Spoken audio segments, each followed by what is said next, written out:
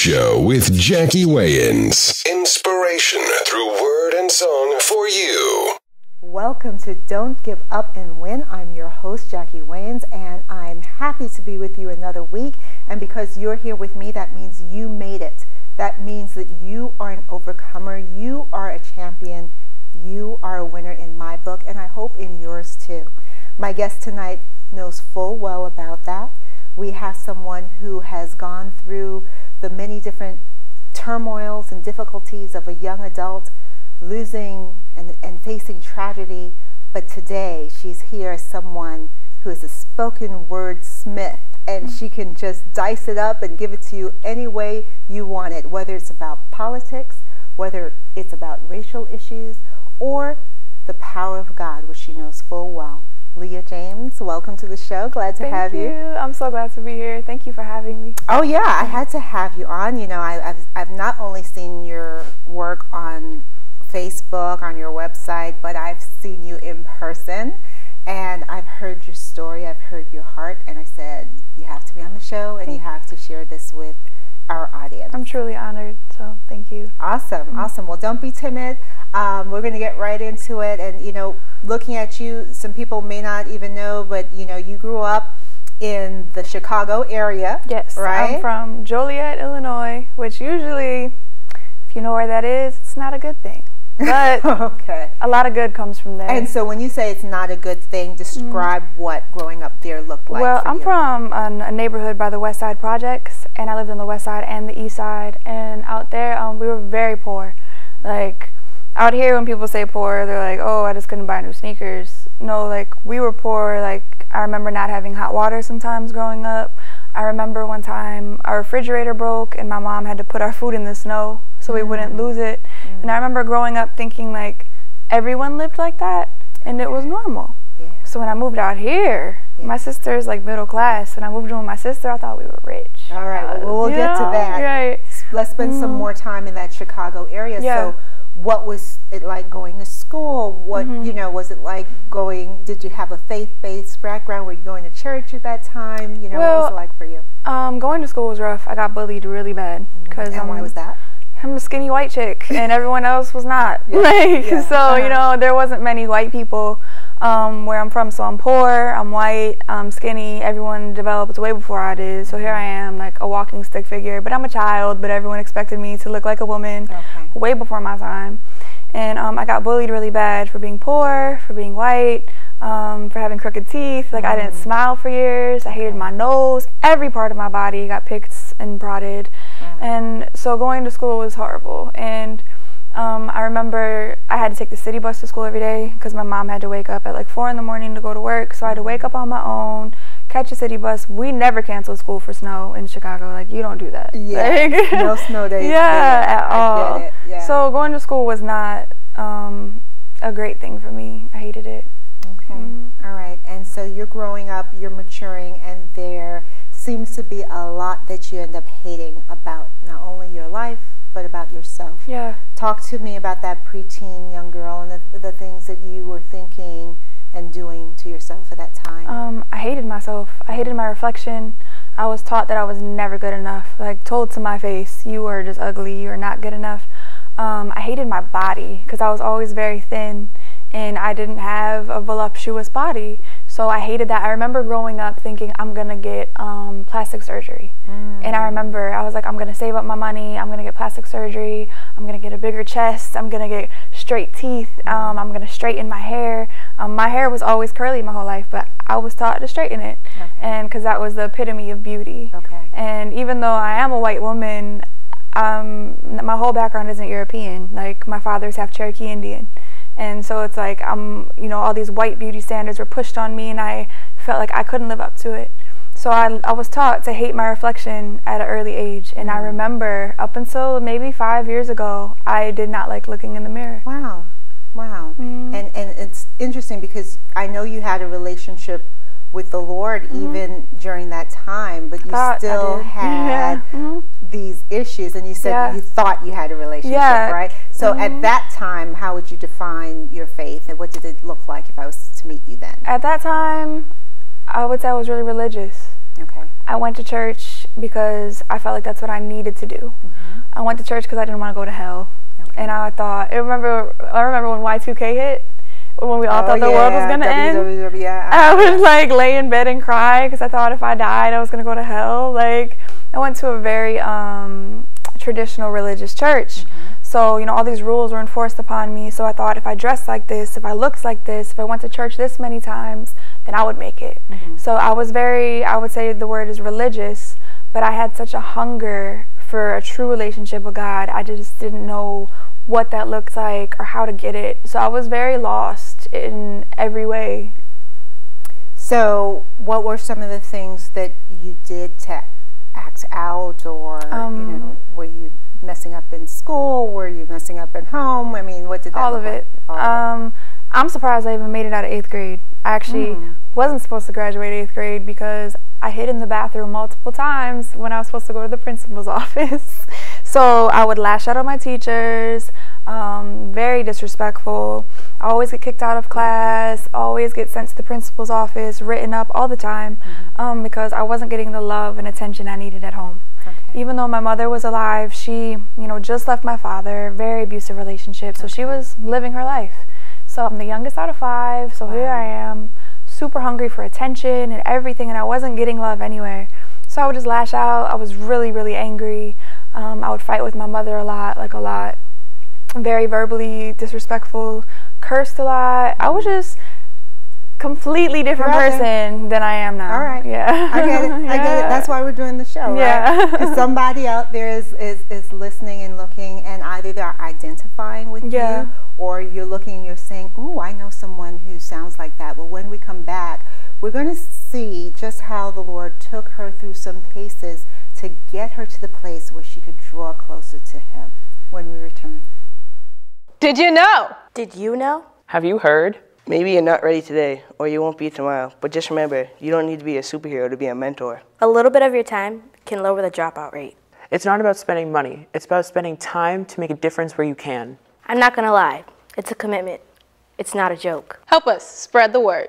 Can you think of anyone? We just want someone who's going to be around to talk to and learn from. But think about how 144 hours out of 8,064 in a year can make an even bigger impact. 3 hours of your time a week can make a youth 64% more likely to have higher grades and have a better attendance record. That's less than 2% of your time. Be a mentor!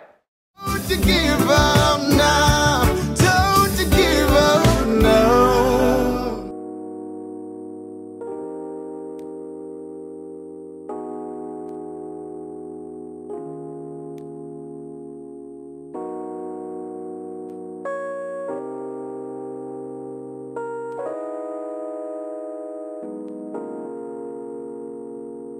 I want to be loved.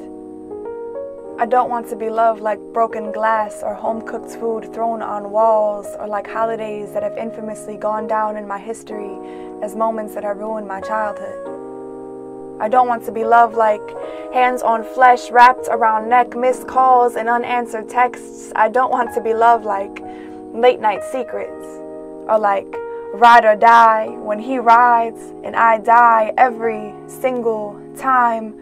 My body is not a carnival solely to be used for one's pleasure. I want to be loved.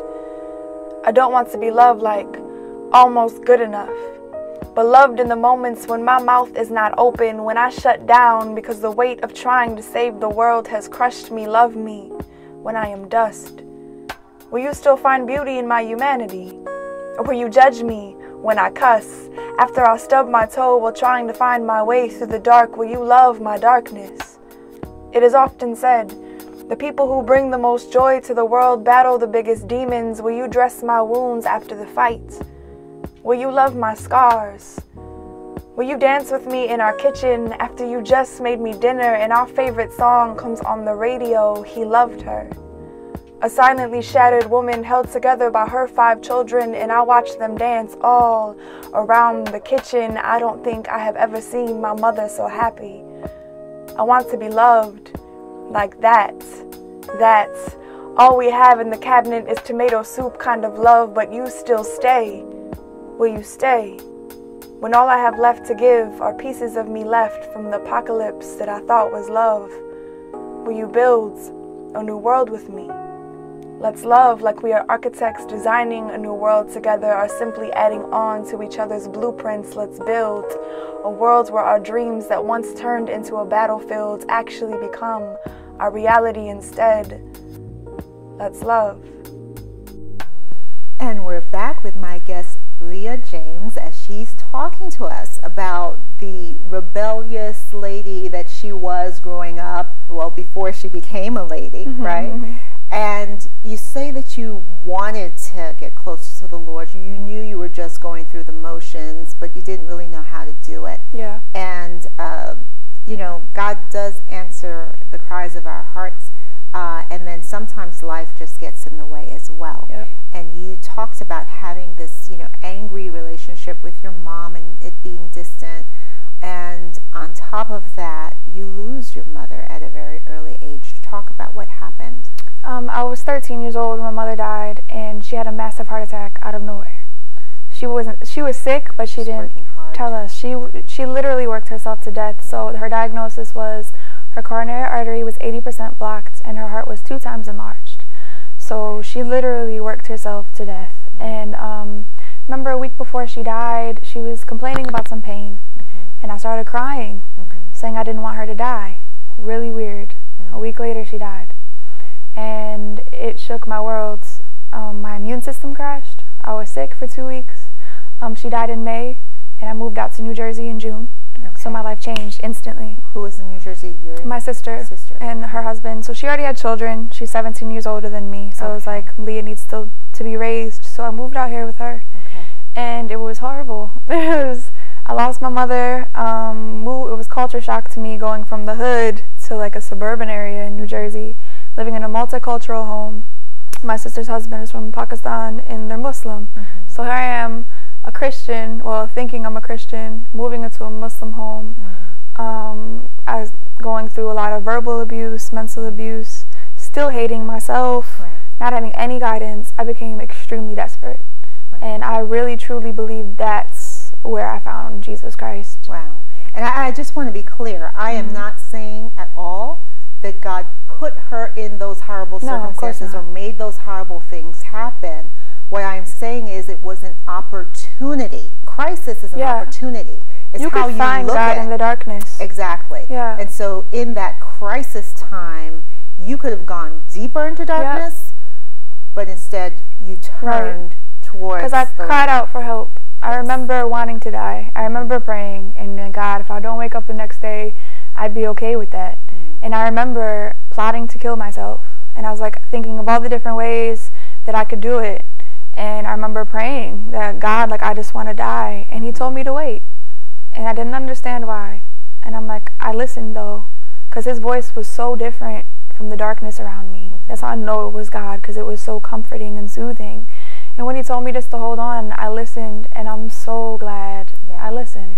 I had a word like that from him too when I was 11, and he told me to hold on and wait. And it seemed like I was waiting forever, right? But it's worth, he's worth the wait. He's worth the wait. So here you are, you're waiting, you know, you're going through all of these adjustments, and on top of that, you suffer from an aneurysm.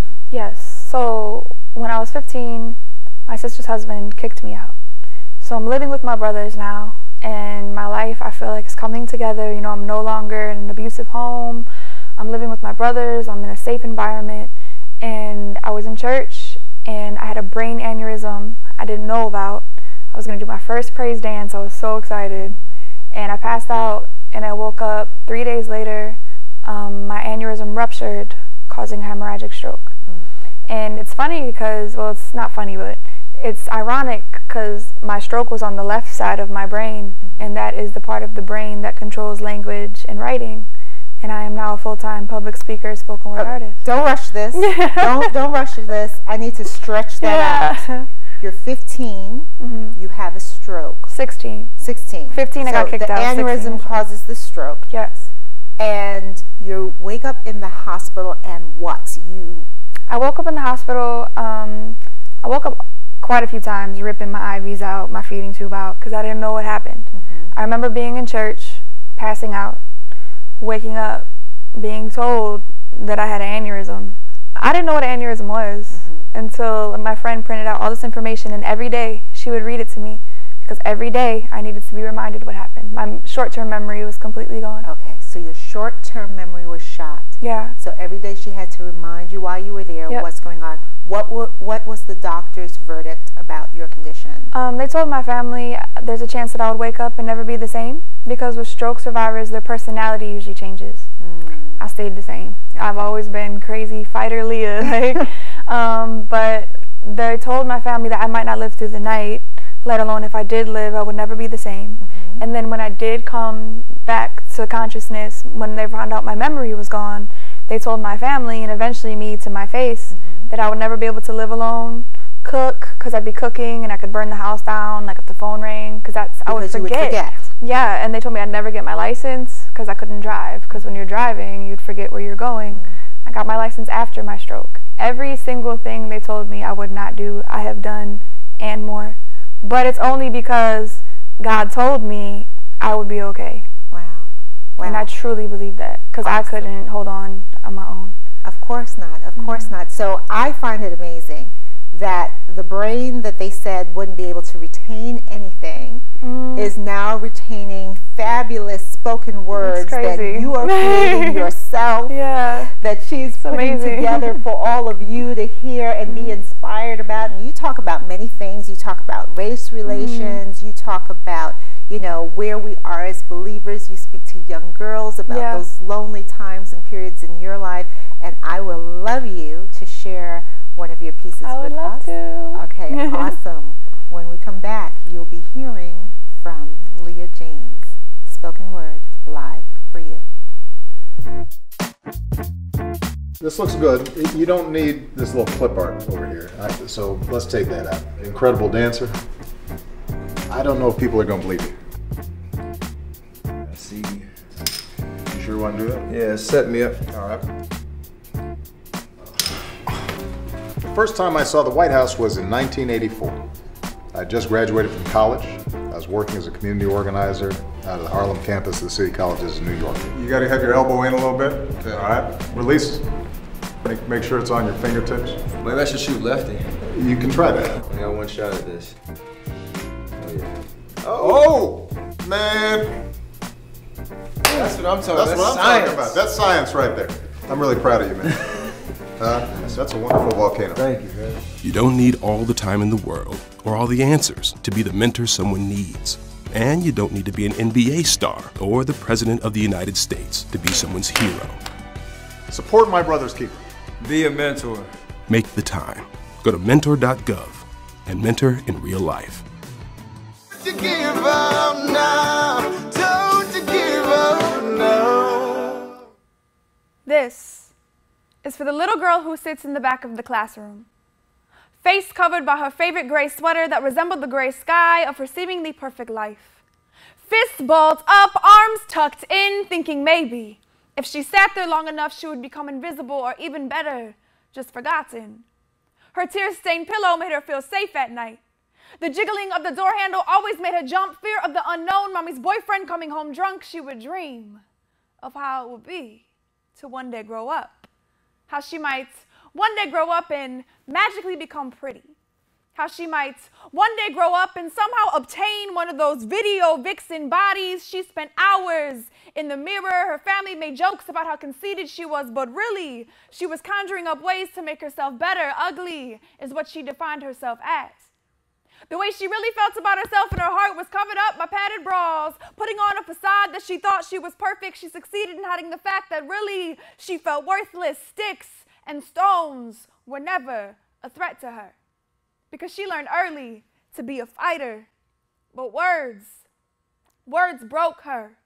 Especially the absent words from an absent father. Broken promises followed her like a shadow in the twilight, barely there until it hit midnight, and these broken promises turned into cries.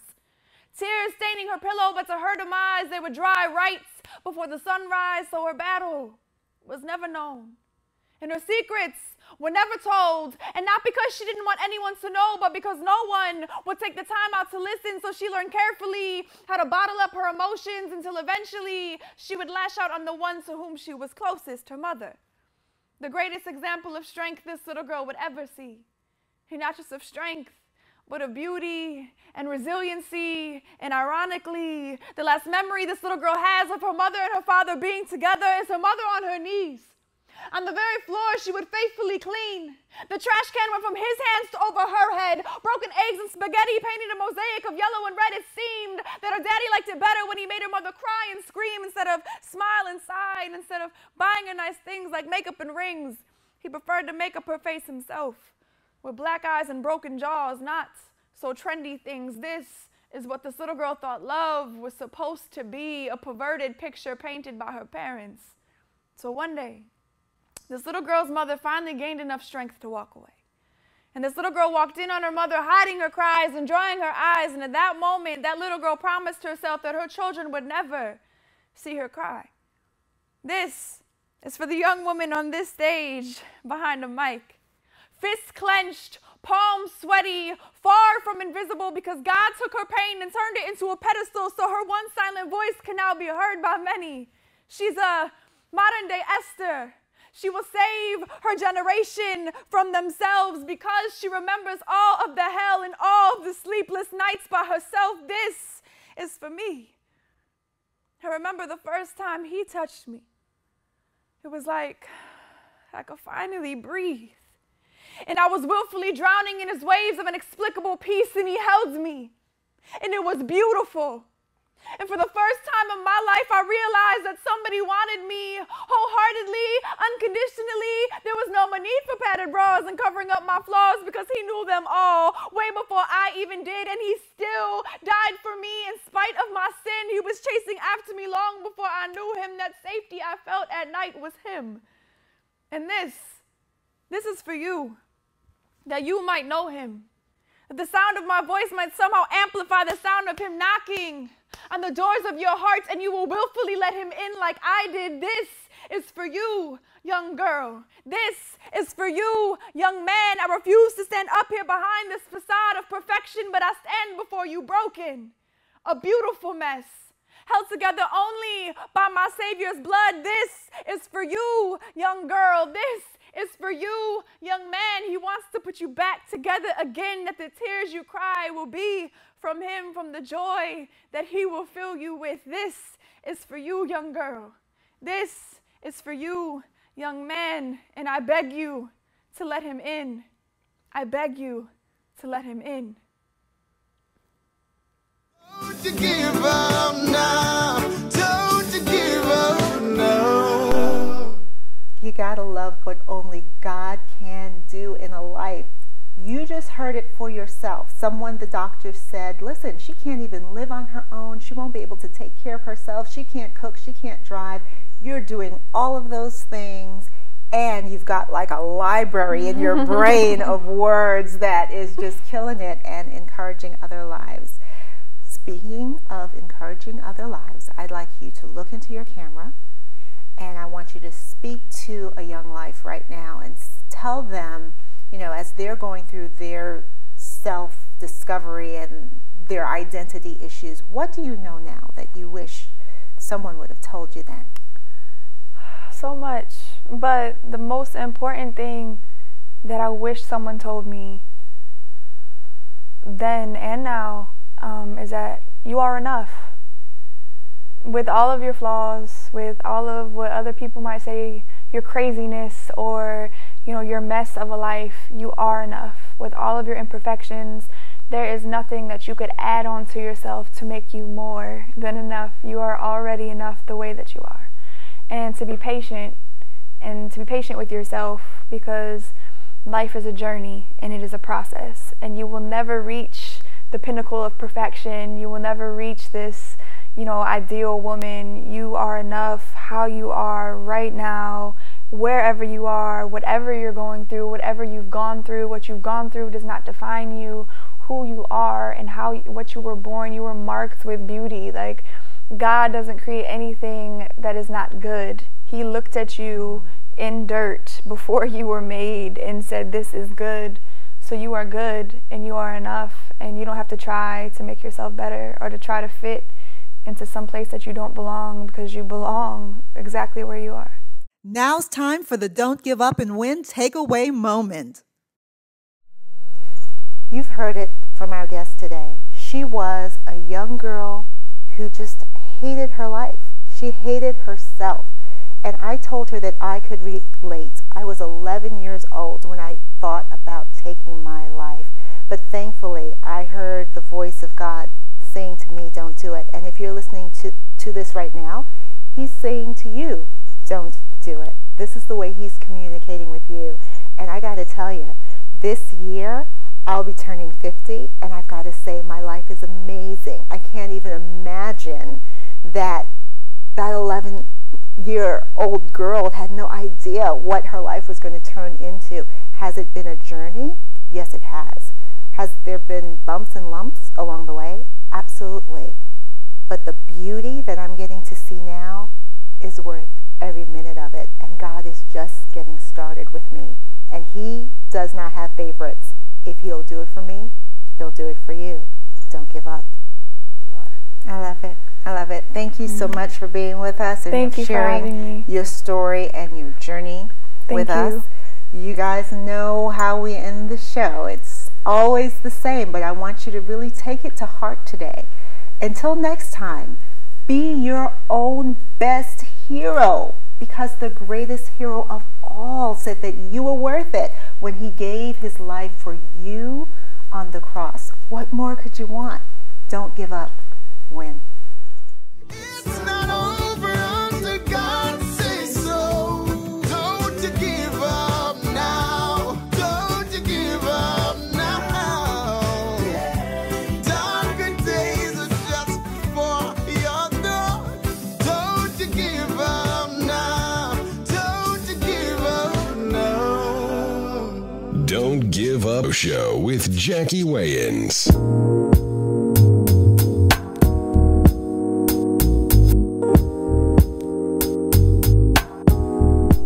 Hi, I'm Leah James on the set of Don't Give Up and Win. I almost said don't give up and quit. We gotta do this again. I don't even know where I'm at. Hi, I'm Leah James on the set of Don't Give Up and Win. It's gonna be an amazing show. Make sure you tune in. Do it again. Hi, I'm Leah James on the set of Don't Give Up and Win. It's gonna be an amazing show. Make sure you tune in. That rhymed. And do one where you say, I'm Leah James, spoken word artist. Okay. Hi, I'm spoken word artist Leah James on the set of Don't Give Up and Win. Make sure you tune in. It's going to be an amazing show. Is that cliche? That was perfect. Look at I'm that. made for this. Oh no, you forgot that part. We have to do it again. I will do it. And then I'm just going to do a quick 1-minute takeaway moment. Okay.